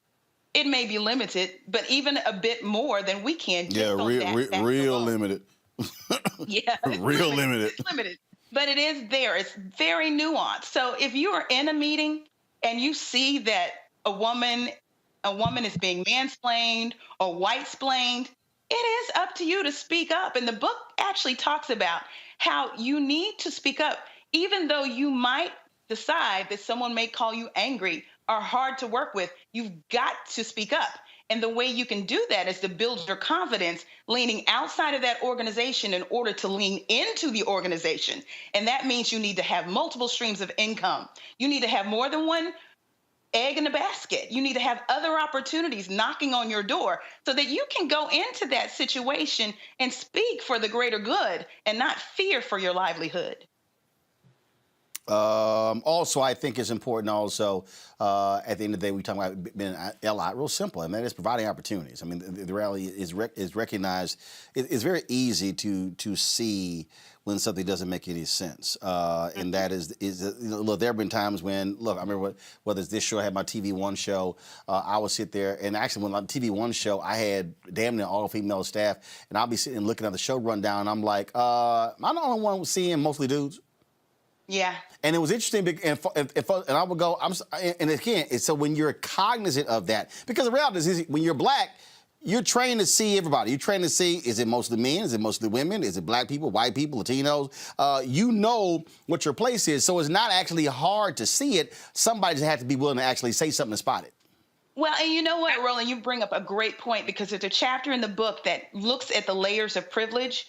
And there are all sorts of privileges. There's white privilege, of course. We talk about that. But there are other layers of privilege that allow you to center that. And the thing is that we all have to be a part to center someone or some group of people. And the fact is that people of color, or even people who are of a different gender or what have you, center this power center. So sometimes we are bought in. And you will see that there are women who will buy into this paternal white power center and work within that system to disenfranchise people who look like them or even have the same gender. I say all skin folk and kinfolk, and Karen, we'll call the manager on you. Real damn quick. All right, folks, the book is, again, 7 ways to say no. I'll just include myself.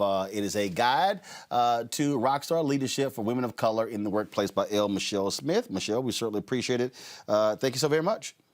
Thank you for having me, Roland. All right, thank you so very much. All right, folks, we're almost done here. Let me do this here.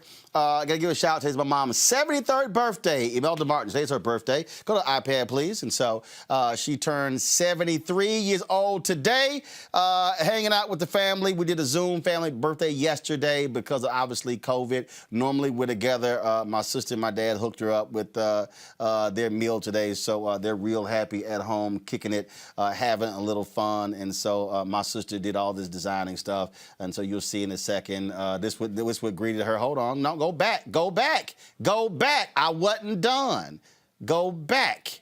My Lord. So there you go. All right. We need to show. My goodness, man. Y'all too. Lord. All right. Now you can come back. So again, shout out to my mom, turned 73 years old today.